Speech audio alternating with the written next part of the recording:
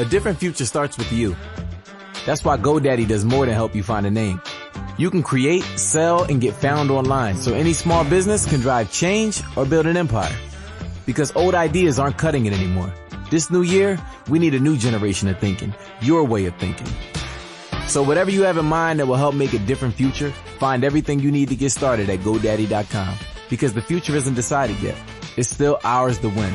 Start different at GoDaddy.com. A different future starts with you. That's why GoDaddy does more than help you find a name. You can create, sell, and get found online so any small business can drive change or build an empire. Because old ideas aren't cutting it anymore. This new year, we need a new generation of thinking, your way of thinking. So whatever you have in mind that will help make a different future, find everything you need to get started at GoDaddy.com. Because the future isn't decided yet. It's still ours to win. Start different at GoDaddy.com. Thank you for visiting ChristopherMedia.net. What's up, everyone? Freddie the Pizza Man here, host of the Pizza Man podcast. Now joining forces with ChristopherMedia.net. Subscribe to the podcast on iTunes, the Pizza Man podcast. And, of course, find all the podcasts on ChristopherMedia.net. We talk Detroit sports. I bring on guests, passions, opinions, all for Detroit sports and more. We even talk pizza. So thanks for tuning in and spread the word. Christopher Media, let's make some noise. Welcome to Beer Nuts, a weekly excursion into the world of craft beer, brought to you by MichiganBeerGuide.com. And now, here are the Beer Nuts. Okay, everybody, welcome to another edition of Beer Nuts. This is episode 91. Tonight, our theme is coconut beers. Sounds good to me. So, we have three Beer Nuts in the house. Christopher, unfortunately, is traveling. John, hang on. Do you move a microphone thing or something?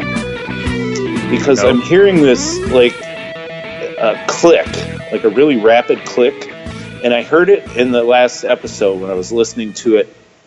I don't know what it could possibly be because I have one of those like holders like Chris has in the studio. Yeah, and a microphone right in front of me. I'm just wondering because I just heard the click come through, and it comes through in the episode really loud. So it might be me. I'm wearing Bose or Beats by Dre headphones, and it's got a microphone that I move around, so it could be me. Oh, okay, all right. Yeah, I got the Beats too, but I'll try to mute it when I'm not using it. Okay. Sorry. No. I was just trying to get to the source of it because when it comes into the episode, it's really loud. Okay. All right, well, let's try this all over again. Sorry, didn't mean to cut you off. Take two. Oh, no problem. All right, welcome to episode 91 of Beer Nuts. We have three Beer Nuts here tonight. Doug, welcome. Good evening, everyone. And we have Smitty, Greg, welcome. Hey, how you doing? And yours truly here, JR. Christopher was going to join us, but he is on travel for work in Idaho and was unable to find a coconut beer. So I guess there's not too much limited selection in the rural area of Idaho that he happens to be in. So what a bummer that he's not with us. But, the show must go on. So as they say in show business, let's do it.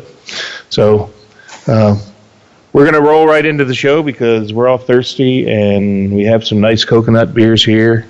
As always, we invite all our listeners, please crack open a cold one, enjoy a beer with us as you listen, unless, of course, you're driving.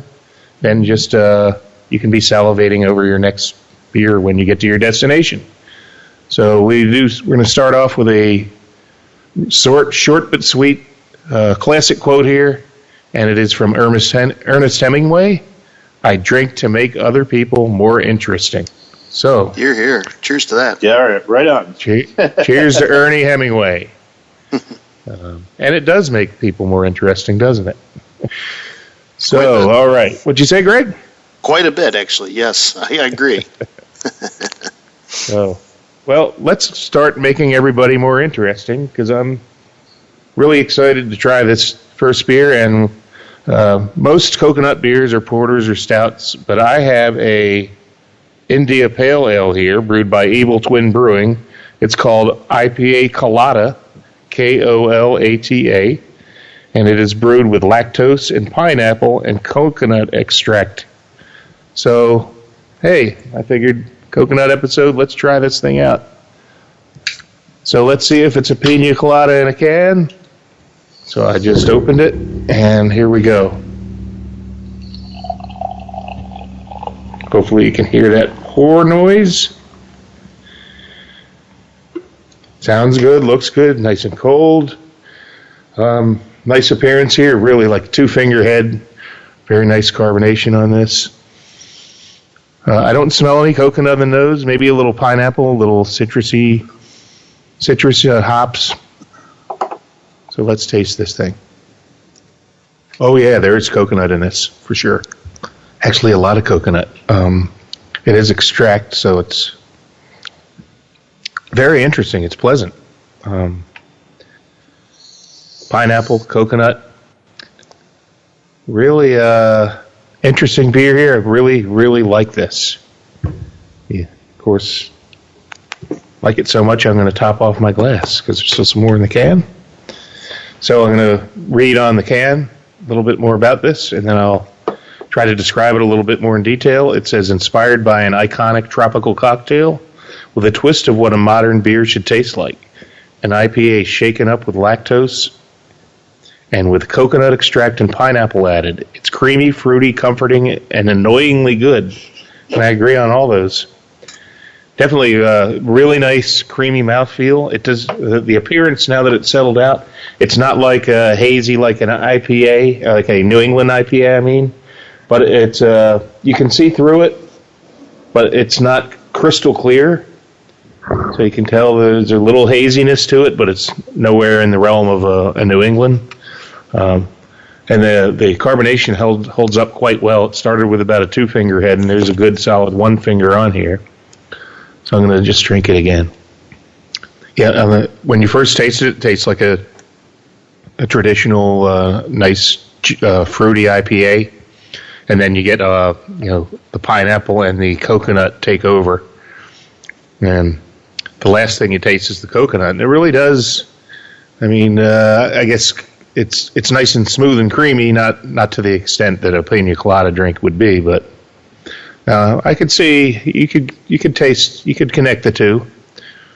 And it's a little sweet. It's got the lactose in it.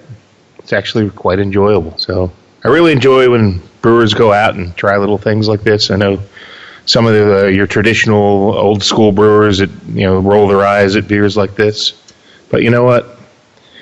As home brewers, it's always fun when you're the brewer. You can do whatever the hell you want and try new things like this. And I think this is a home run. I'd give this a really nice, solid rating. It's really tasty. Dugout, I think you have a can, right? You gonna? I do. Yeah. I'm not sharing your enthusiasm for this. Actually, I find the flavors are there. The coconut kind of seems to squeak in at the end on the finish. But what I find, what I'm not liking about this beer is I think there's too much lactose in it, and it gives it almost like a marshmallow flavor and consistency. And I think the marshmallow is what's not working for me. I know I did a beer a couple weeks back that was like toasted marshmallow, and it was very similar with the turbinado sugar, and that one had lactose. But what I'm finding here is I'm getting like sweet and sour, and I think the sour or the tartness is coming in from the pineapple. And so I think this is just out of balance. It just, to me, seems like almost gimmicky over flavor. I like the hop profile on it. That is great. The clarity is nice. The color is nice. I just lose it somewhere in the middle with that. It's just too much sugar. It's like eating cake frosting almost. And I'm not finding that very enjoyable with this beer. So just my opinion. I can't like everything, but I'm glad I got one can and not a 4-pack. But this wouldn't be something I would search out again. But that's just my taste for this style of beer, and I find that I do have some kind of, I guess when people start messing with IPAs to a strange extent, I can deal with a mango IPA with a pineapple IPA, but when you start to add in the sugar and it gets like that marshmallow thing, I'm not going for it. I've had coffee IPAs that have just made me just retch, So I guess I'm old school when it comes to my IPAs. Fruit's fine, but not the sugar stuff. It just takes it to a plateau that I don't necessarily care for. All right. Well, we can agree to disagree. Oh, absolutely. Yeah. No. And I'll tell you what, I'm a huge fan of Evil Twin. I mean, it's very rarely that they have a beer that I'll just say, no, not really, not so much. And it's really well done, but just the whole combination isn't working for me. Alrighty then. Well, I'm tasting a lot of good. I think we both agree that the hop, I guess the hop lineup, hop profile from this is pretty good. I do get some tartness from the pineapple. I agree with you there. And I think that actually works to cut some of that sweetness a little bit, kind of like the sweet and sour, sweet and sour kind of work together sometimes, even though they're opposites. So I don't have a problem with it. I'm definitely not getting any marshmallow. So I don't connect with that part of your review. But, hey, as we say when we review beer, palates. Because everybody has different palates. I know I'm very sensitive to Centennial hops. I can taste a beer with Centennial hops on one drop as soon as I taste it. Other people are very sensitive to diacetyl. That's why we review this. I think for me, the biggest thing is my sensitivity lately to sourness in beer or tartness in beer, and I just think, for me personally, that tartness in an IPA doesn't mix for me, and that's where I think I'm losing it on this one. But it's also the combo of the sweet and sour that's just not working.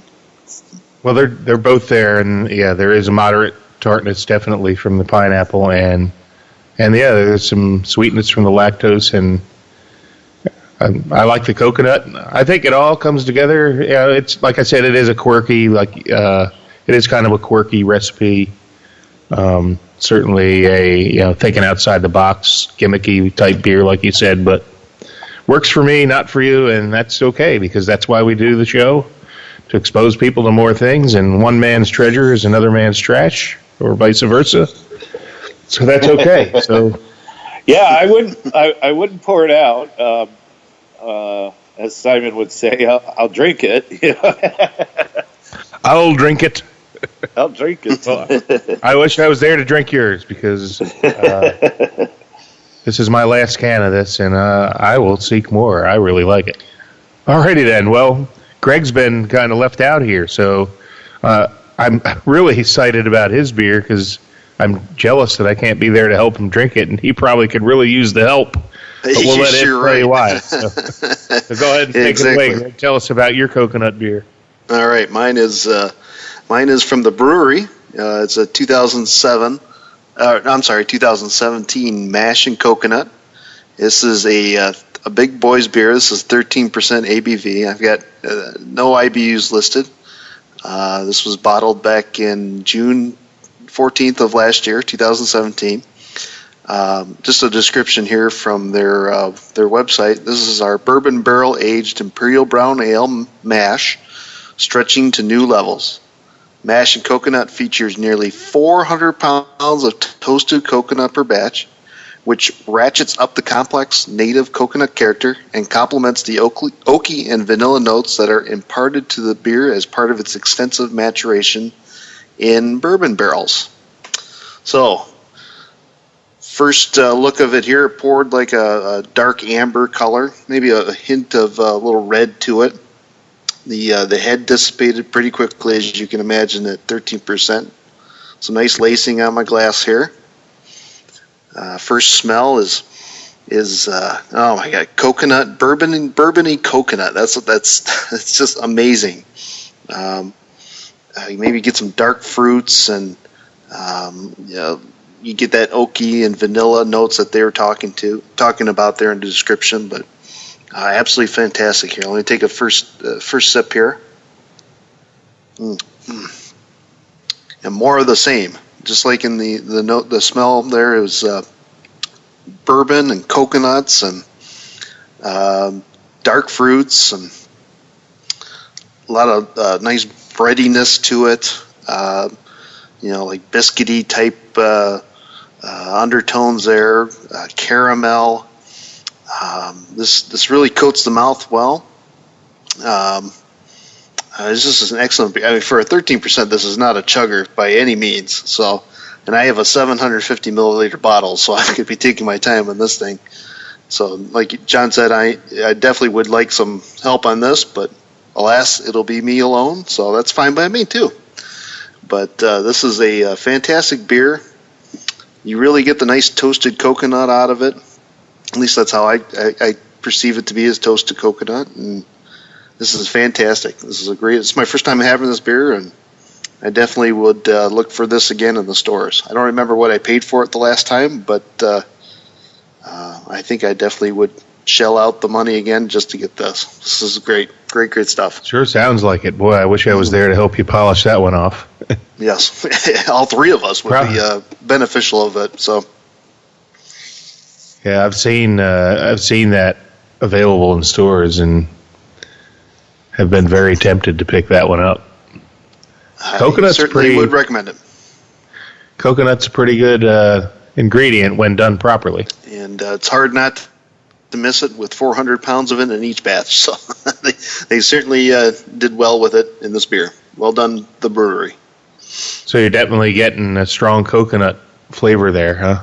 Yeah, it's like I said, it's a mix with the bourbon and the coconut. So I mean, how can you go wrong with that? So both in the smell and the taste, I mean, it's for 13%. Of course, it's almost a year old, but it's not too boozy. So it's really mellowed up. I haven't had, like I said, this is my first time, so I haven't had fresh, but I can imagine this has mellowed out very nicely in the almost year that has been bottled. But this is, great offering.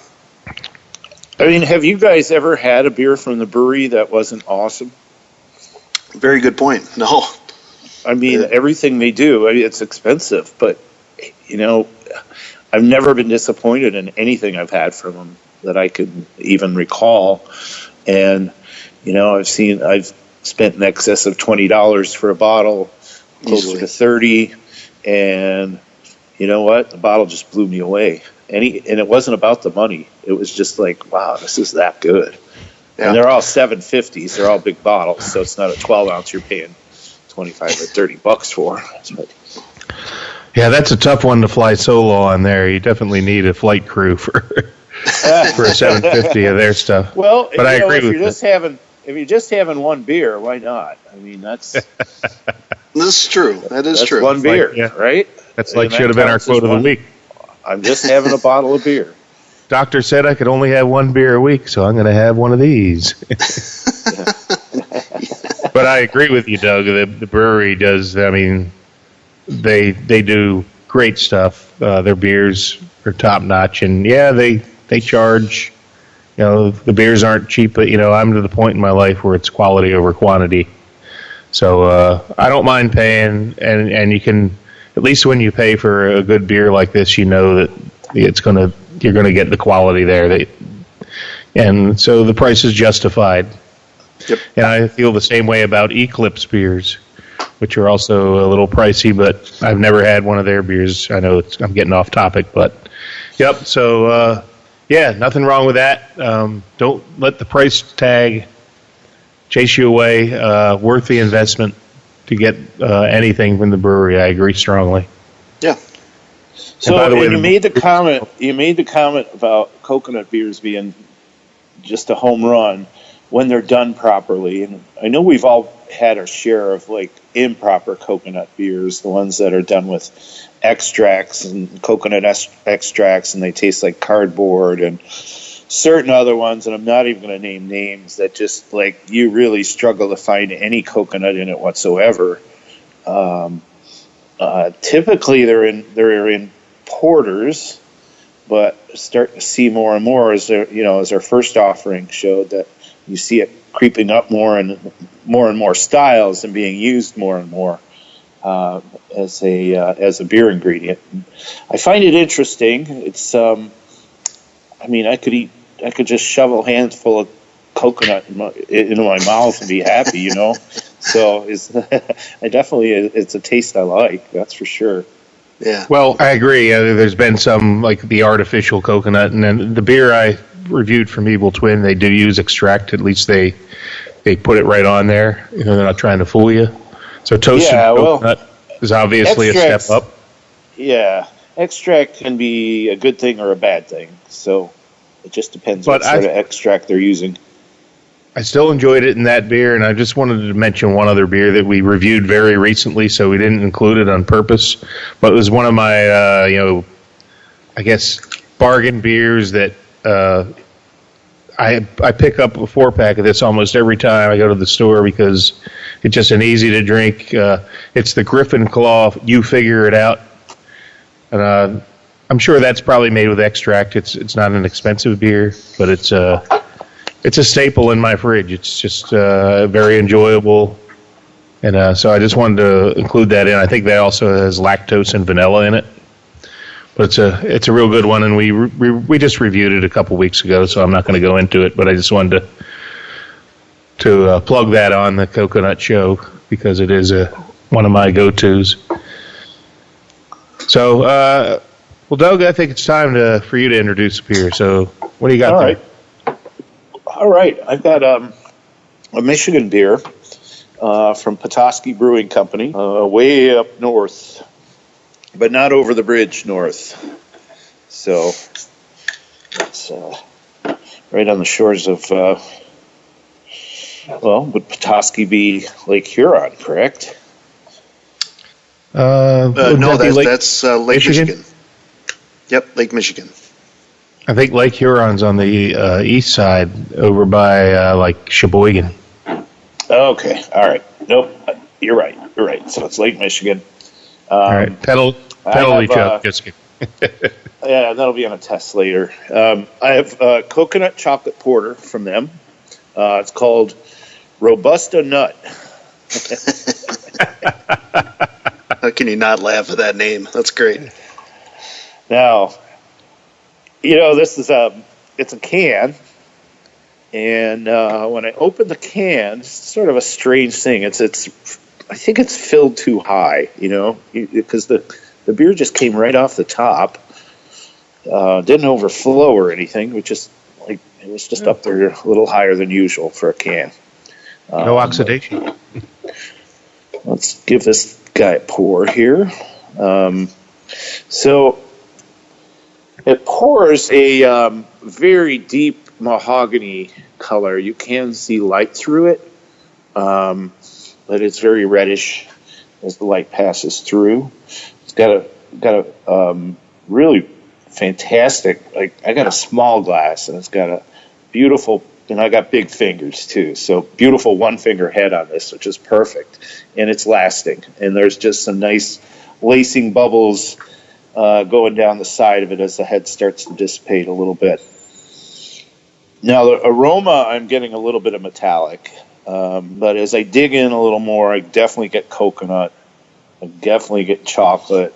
Getting roasted malt, and just kind of a nice bready sweetness to it.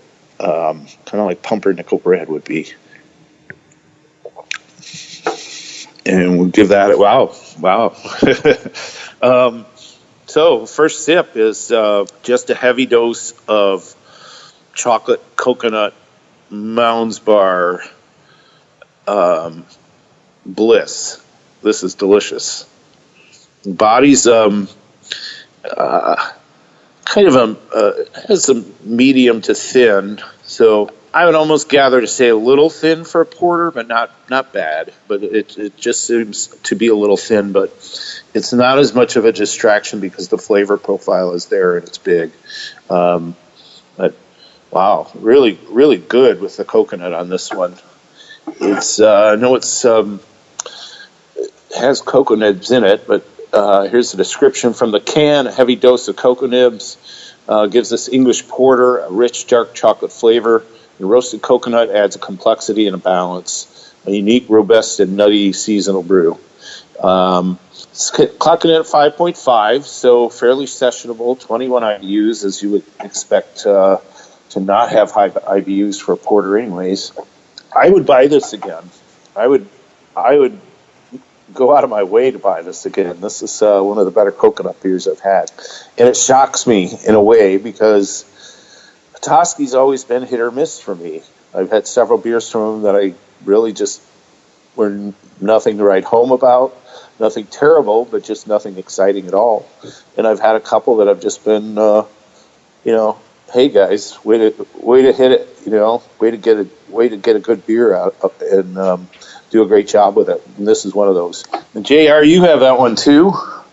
I sure do, and I agree with you. I was skeptical, and the first thing that I noticed was that the aroma really didn't do much for me. You mentioned metallic. I was like, oh, this isn't going to be, I was kind of skeptical after the aroma. But don't let it fool you because the coconut flavor in here is authentic. It's not that extract. It's I read that it's roasted coconut. But this is really tasty. It's sessionable, 5.5%. I could drink a couple of these. It's really flavorful. You know what? I'd love a few of these for dessert because it's just, like I said, it definitely tastes like a Mounds bar. Coconut's very fresh and prominent in it, fresh tasting and prominent. But it mixes really well, and they got just the right amount of chocolate in this beer from the cocoa nibs to pull that combination off really well. Yeah, I agree. I had very low expectations for this beer, and they have won me over. I got to tell you, I did too, and I'm like, oh man. And that's not a knock on there. Like, no, it's just as I said. I've had some really good beers from Petoskey, and I've had some that I didn't care for. So I'm kind of like you; they're hit or miss. But this is a big hit. This is impressive. Exceeded all my expectations. So, hey, Robusta Nut. Robusta Nut. Yep. Well done. So, Michiganders listening, if you have this on your shelf, we approve this message. Go for it. Absolutely. You won't be disappointed. It's a pleasant surprise. Well done, Petoskey Brewing. Well done. All right. I guess we're kind of at our halftime of the show where we missed our last episode. We interviewed Simon from Ireland, and we didn't have our hipster tipster, so we got to make up a little bit. So we're going to go through some beer news here, just a few items. First thing I wanted to mention is there's a new beer coming out from Old Nation Brewing in a week or so. Has anybody heard about that? Their triple IPA collaboration? Anybody else? No. I did hear about that, yes. Well, I'm on a tweet from them right now. I'm going to quote. It says, "Here is the label of the latest addition to our new Orthodox IPA series. Also, the new wide label will be on all beers in the series going forward. And it's called ME-MI, M-E-MI. And it is because they have collaborated with a Maine brewery called Foundation Brewing Company in Maine.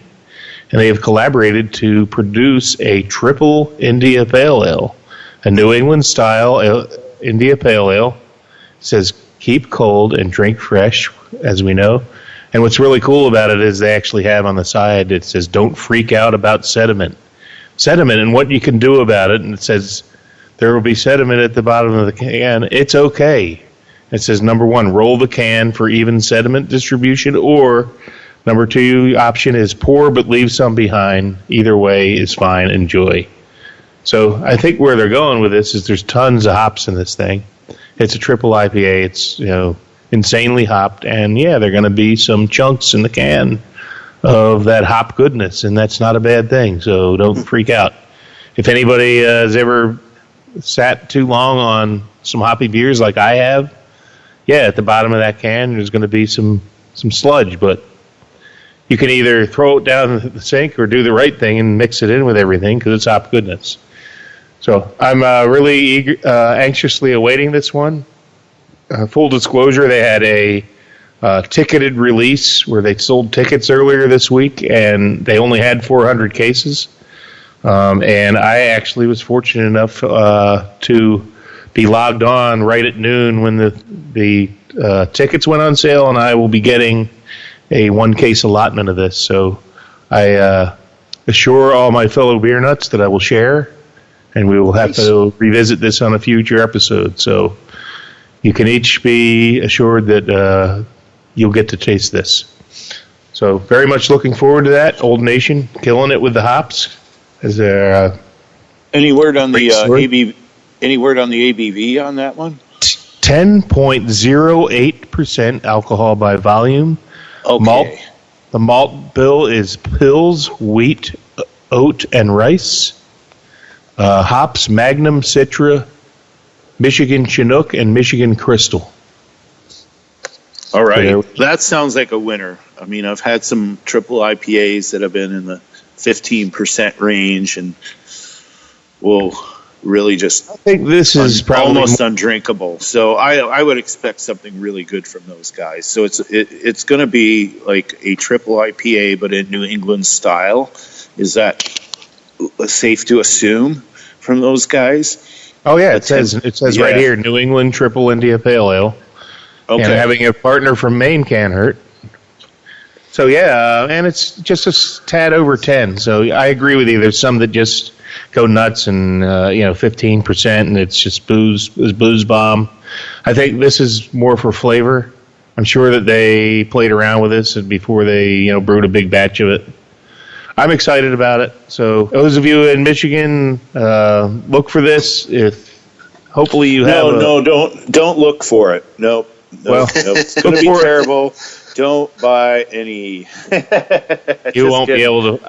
I don't believe it's hitting distro, so you have to know somebody like me that was on the ball. But those of you connected in the craft beer world know what I'm talking about. You'll be able to find some. And those of you who aren't, hey, start following Old Nation on Facebook, because they do stuff like this, and they make it pretty easy for you. Well, maybe not so easy, but even if you can't get to the brewery, if you purchase a ticket, you can find somebody local to proxy it and pick it up for you. They're pretty good that way. Not all breweries allow that. So, well, hey, look forward on a future episode. We'll definitely be reviewing it after it comes out. So, speaking of new beers, another new beer was just announced earlier today, just hours ago, to those of us in the Founders Cadre group. Do you guys know what the Cadre group is? Are you Cadres members? No, we're not worthy. Okay. Well, no, you are worthy. It's actually what Cadre is basically you have to be on their mailing list where you get like information about the brewery and stuff. So it's not like the Black Note Secret Society or anything that everybody fantasized about that really doesn't exist. The Holy Founders Grail. But let me. Does anybody else have a story while I look this up? Yeah, I've got a little piece of beer news here. Go ahead. I'll look this up. As it relates to a new opening, but a familiar face. And Jolly Pumpkin is opening a location in Grand Rapids, sort of right in the downtown area there, near the Knickerbocker, which is New Holland's newer brewery. My friend John and I call it New because it's New Holland.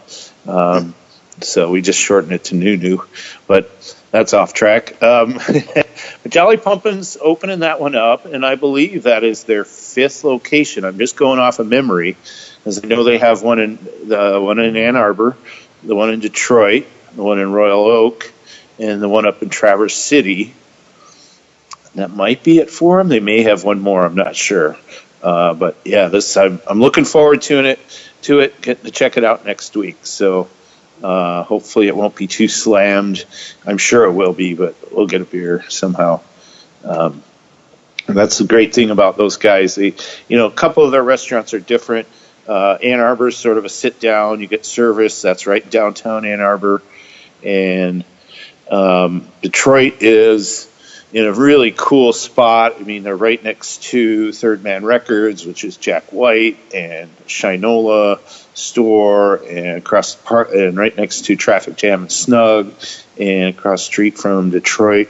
Was it Detroit Brewing across the street? Motor City Brewing. Motor City Brewing. Sorry, thanks for the correction there. But right at the Cass Corridor, which is the epicenter of hip, cool, everything awesome Detroit. Yep. And that place is just sort of like a cafeteria. Just get in there, try to. If there's not a chair, make one, make people slide their butts down. It's that kind of place. It's very sociable, very cool. And looking forward to checking that out next week. All right. Well, going back to Founders, I have the Cadre email up. So if those of you listening, if you want to be in the know on Founders, all you got to do is sign up on their website to become a Cadre member, and basically all it is you'll get emails and informing you of everything happening Founders. So it's free and it's easy to get. So I'm going to go right into the introduction of their next beer for their barrel age series, and this is a shocker. I don't know how everybody's going to feel about it, but kind of like the first beer of tonight, it's kind of like off, experimental, going where no brewery has gone before. But I'm going to read the email. It says, Barrel Runner is the name of the beer. Inspiration for our barrel-aged beers can come from the most unexpected places, and our latest release is proof of that. Sweet and hoppy, rich and bright, this rum barrel-aged Imperial IPA brewed with mosaic hops will make you believe you're in the tropics. So, rum barrel-aged Imperial IPA brewed with mosaic hops. This will not be one to cellar, at least in my opinion. We'll see. Founders Barrel Runner, Mosaic Hop Ale, aged in rum barrels. 4 packs of 12-ounce bottles and 750-milliliter bottles beginning in June through August. There we go. So now you have it. All right. You heard it here first on the Hipster Tipster, the Beer Nuts Hipster Tipster. All right, and one last but not least, one of the favorite beer festivals of many craft beer hounds is the Dark Lord Day at Three Floyds Brewing out in Munster, Indiana, and they just announced, I think yesterday, that tickets go on sale on March 31st. I believe it's at noon Central Time, which is like an hour behind Michigan. So go to threefloyds.com for more information. So those of you that want to attend, you heard it here first, or probably second or third. But it's I've never been, but I've heard legendary stories of like shares and waiting in line and heavy metal bands, and it sounds like everything I really would love, but probably I should stay away from because no good can come from a lost drunken weekend at Three Floyds. But it's kind of like the angel and the devil tapping me on the shoulders here. No, you really shouldn't do that. But those of you that do go, I'm sure it's an adventure, and I've heard great things. And so those of you that make it, God bless you. I probably won't be making it this year.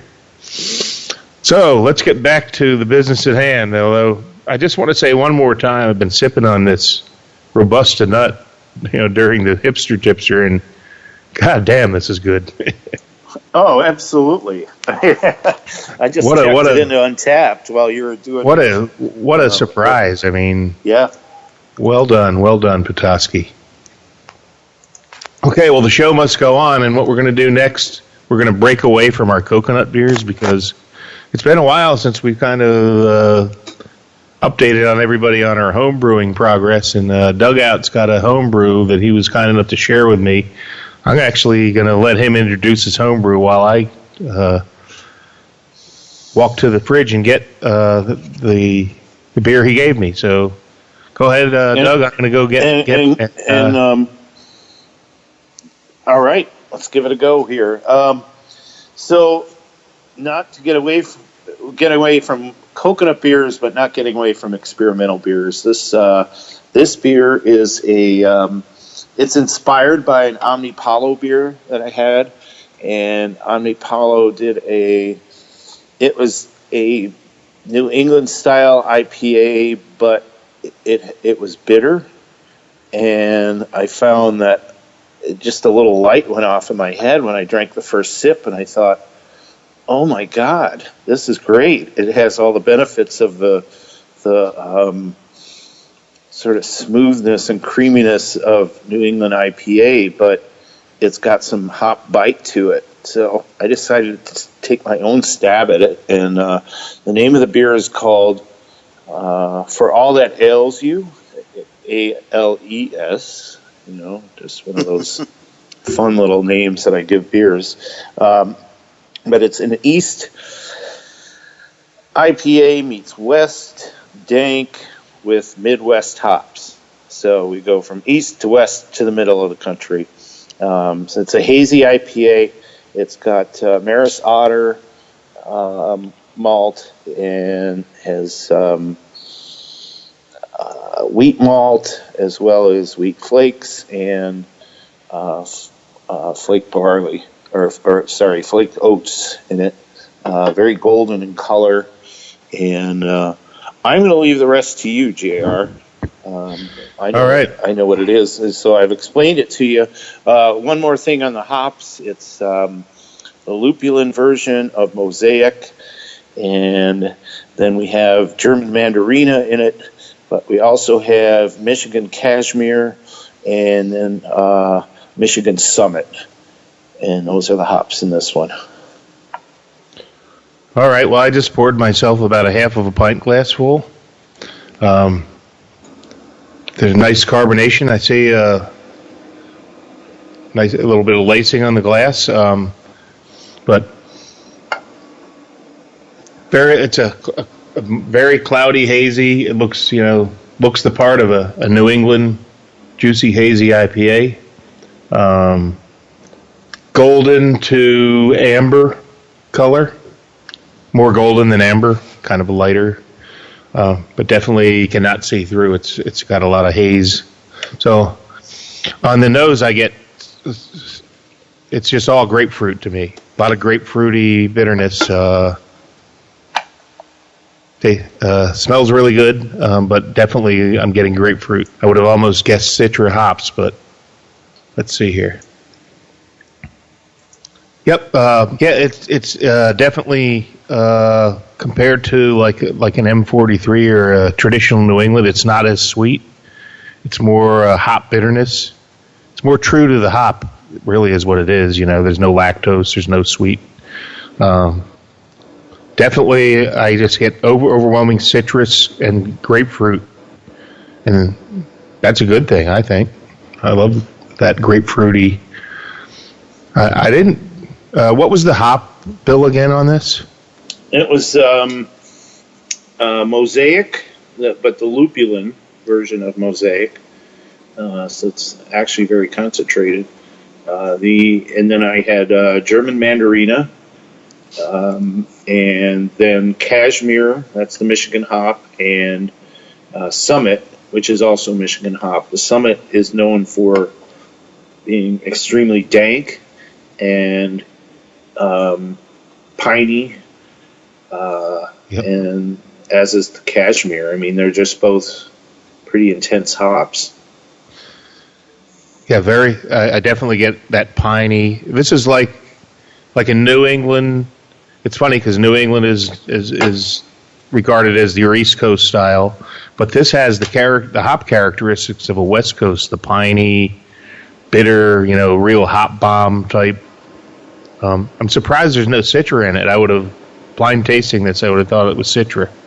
But I guess maybe the combination of all those hops has some similar characteristics. But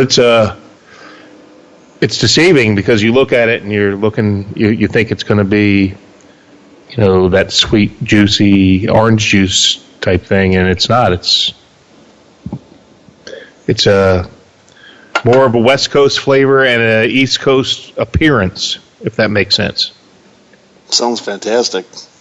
Oh, I'll get you some. Let me know the next time you're coming up to Holiday. It is fantastic. Shoot me a message. Sounds like a winner. Yeah, absolutely. It's definitely got that dank, piney, resiny, like your West Coast, like a Stone IPA would have, one of those. But when you look at it, you're expecting something else. I guess we're just so conditioned to seeing, the hazy, juicy, and expecting that sweet. There's no sweet in this, man. This is just hop glory here, and lots of it. And yep, definitely. I guess that's my best way to describe it. It's a West Coast flavor with East Coast appearance. Good job, Doug. All right, thanks. Yeah, I'm enjoying it. Thanks for the dankness. Yeah, it's comes in right just a touch under 8%. So it's got a lot of bit of gas to it. Used Nottingham yeast, which really kind of dried it out quite a bit, and just pronounced the hops. Yeah, there's actually a lot of mandarina in this, so it's just interesting how the Michigan hops took over and just blanketed it. Citrus and pine, but no sweetness. You're right, it's dry. It's any sweetness has been eliminated Sucked by out yeast. by the hops. Nottingham yeast do a nice job. Yeah, and just a little bit of homebrew talk, but Nottingham dry yeast is. I've done a couple batches with it now, and it's super lively. It just takes off, and it attenuates really well in the temperatures of my basement. So beers ferment out steady, fast, and completely. And I like using that yeast right now. Another one is Dry 97. That's also that's more West Coast style there, and that dries it out and really pronounces the hops as well. But I've used both, and I think now Nottingham is my favorite. Yep, I've actually used Nottingham on the last two batches of beer I brewed, a Scottish ale and an old ale. So, but yeah, this is a different kind of style to use it on. But it's definitely done good work. Wanted to ask you, what is the name of this again? It's For All That Ails You. Okay. And I'll Ales check it is in. spelled, yeah, please do. Ales is spelled ALES. Well, I think you should reconsider next time you brew this and call it you got to put East and West in it somehow. East meets West or something, because it does. It looks just like an East Coast, and it tastes just like a West Coast. Maybe there's some gang signs in there somewhere. Maybe you can just call it gang signs. Coast to coast. I don't even want to go there with that. But well, hey, I'll give it the dank sign. All right. All right. Yeah, we'll make up a dank sign. All right. How do we make a D? We'll just make a D. Detroit dank. All right. Well, starting to feel pretty good after a lot of these good beers. Thankfully, that Petoskey one was only 5.5% because I drank it all. Oh, but yeah, I've still got a little bit of everything left. Well, I'm going to come up with as much as I do. So the Grant, I'd rather have your problem. That's true. Yeah. I wish I was joined, and I'm jealous of that. I'm sure that's fantastic. But I got one more beer here, and then we can call it a night or a day, whatever we want to call it.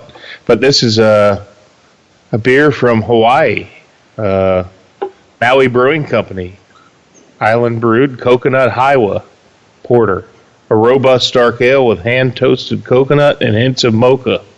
So no extract here, from the islands. They're going to do it right. So I'm really looking forward to this Maui Coconut Porter called Hiwa, Hiwa.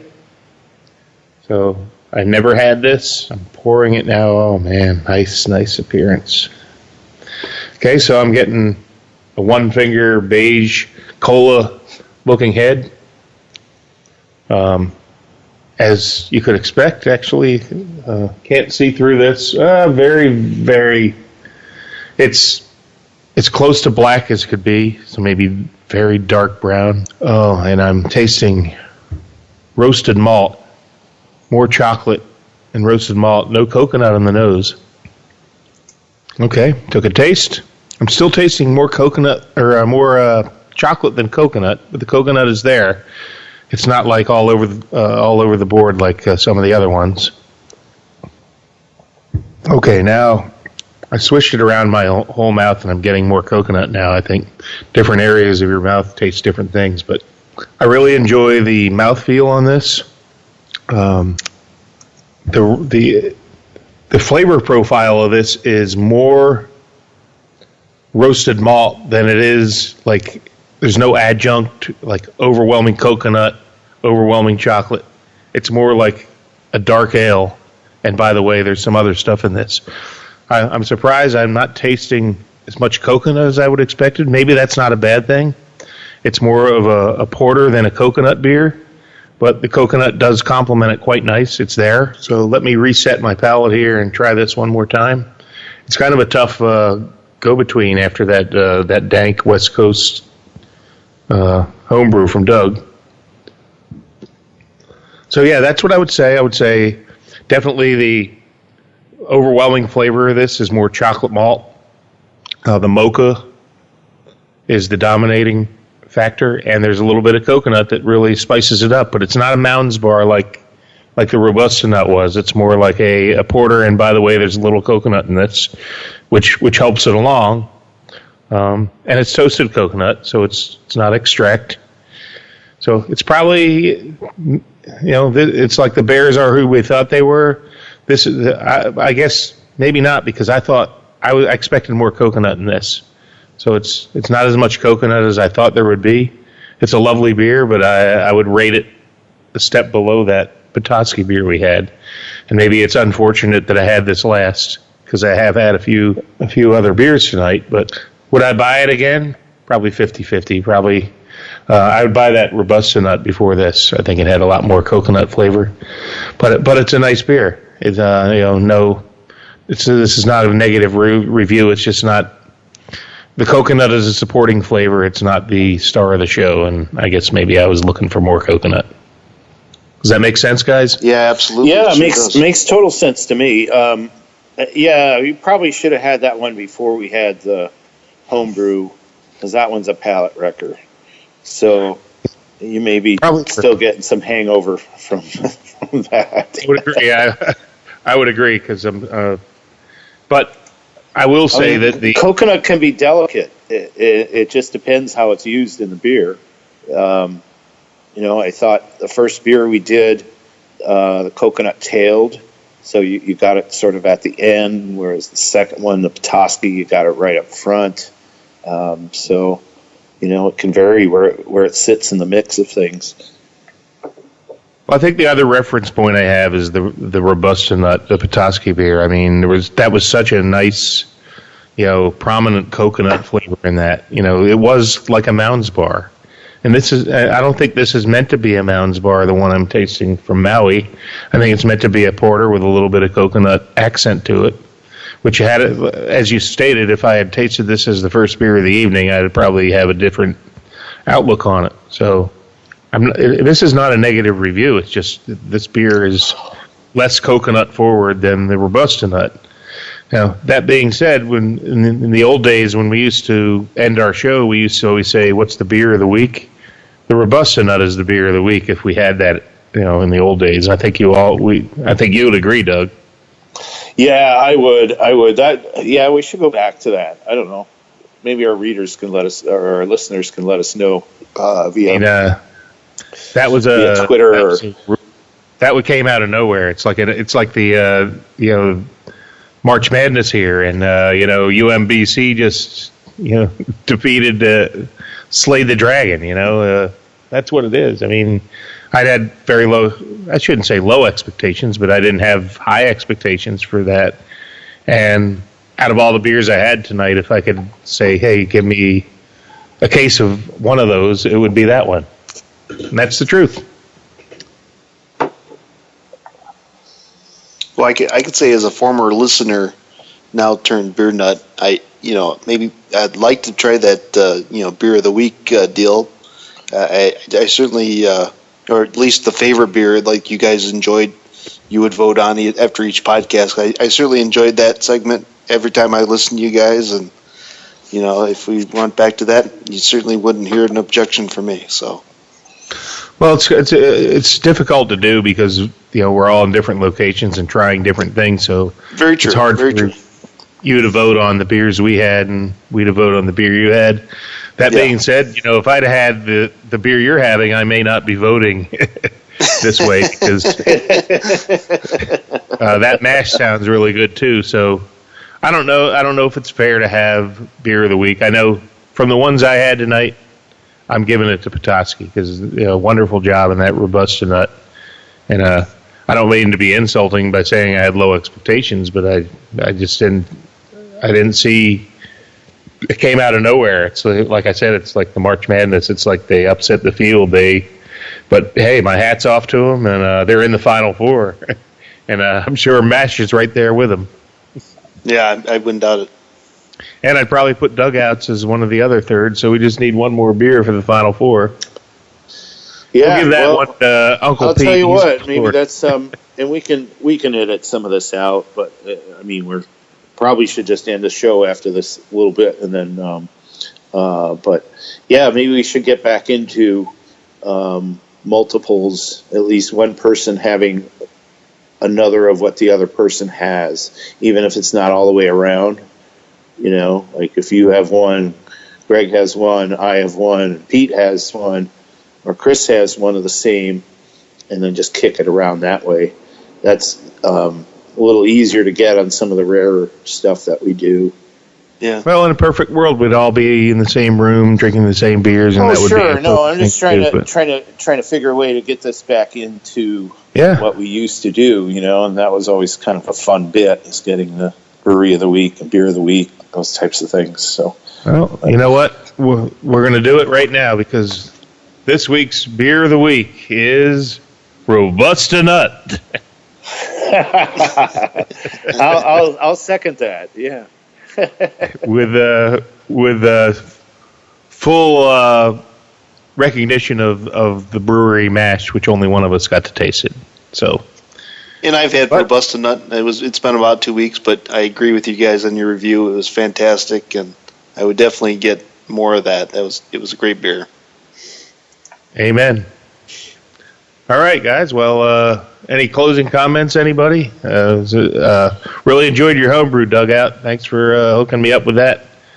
Oh, sure. Hopefully. And just to our listeners, keep an open mind. Don't be afraid of trying something new. A lot of places have singles of particular beers, and in some cases they've got singles of really awesome beers that maybe $5 a piece, but hey, it's better than paying $20 for the 4-pack or $30 for the 6-pack. But be willing to experiment and go out on a limb. You'd be surprised at some things that are out there that could blow you away, and just literally blow you away with the flavors and the whole concept of what the beer is about. And I think beer has come so far in the last few years. It's just mind-boggling. Amen. Lots of great things happening. And many good releases coming up in Michigan this weekend. By the time this airs, it'll be too late, but Drafting Table, releasing Palatable and some other rare beers. Ann Arbor-based Holmes Brewing is releasing some cans this weekend on Saturday. And Schramm's Meadery releasing 750s of Black Agnes. So beer nerds will be probably all over Michigan Saturday attending these various great releases. Yep, so mead nerds, and so you've probably got another release from Kunin for March Madness. Just plenty of good things happening, and specifically right in the immediate area. You know what? And the East Coast is getting nailed here in late March with a big nor'easter, and we're sitting here drinking plenty of good beers and not having to deal with snow. So cheers to Michigan. Yeah, that's a win. Just been cold as balls. That's it. That's all right. We've paid our price already this year. Yeah. Oh, hell, yes, we have, but it's been pretty rough in the Philly, New York, D.C. corridor.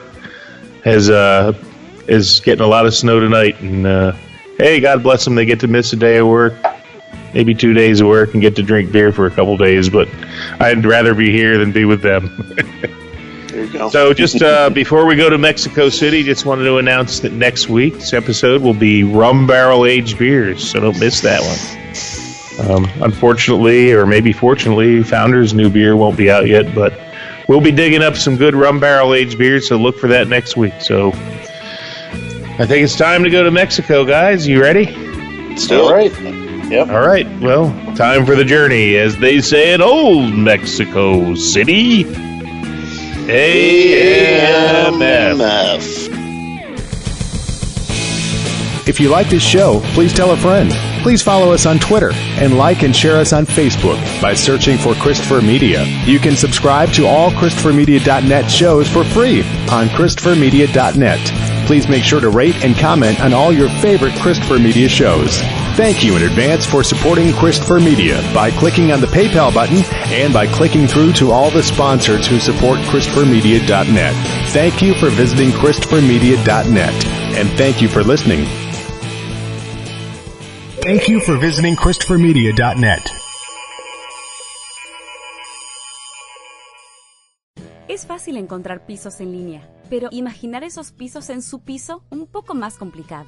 De manera que LL Flooring creó Picture It, una herramienta en línea que agrega nuestros pisos a una foto de su espacio. No tiene más que apuntar, disparar y elegir un piso. Pruebe Picture It para encontrar su piso hoy mismo, exclusivamente en llflooring.com. Sobre estos pisos se construyen hogares. LL Flooring. Visite llflooring.com hoy mismo para obtener muestras gratuitas de sus pisos favoritos. Discovery Plus is the greatest collection of real-life entertainment on the planet. 55,000 episodes from networks like TLC, HGTV, and tons more. Woohoo! Discovery Plus. Stream now. Stream what you love.